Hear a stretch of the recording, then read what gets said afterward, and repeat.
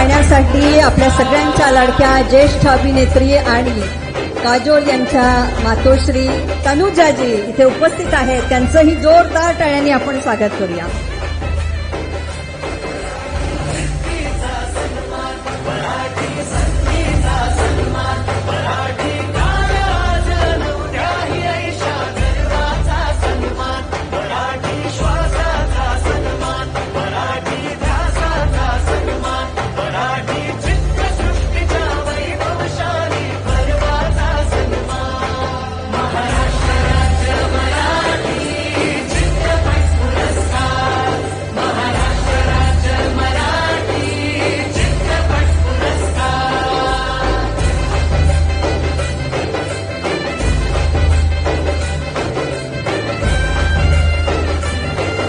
एकदा जोरदार टाळ्या होऊ दे.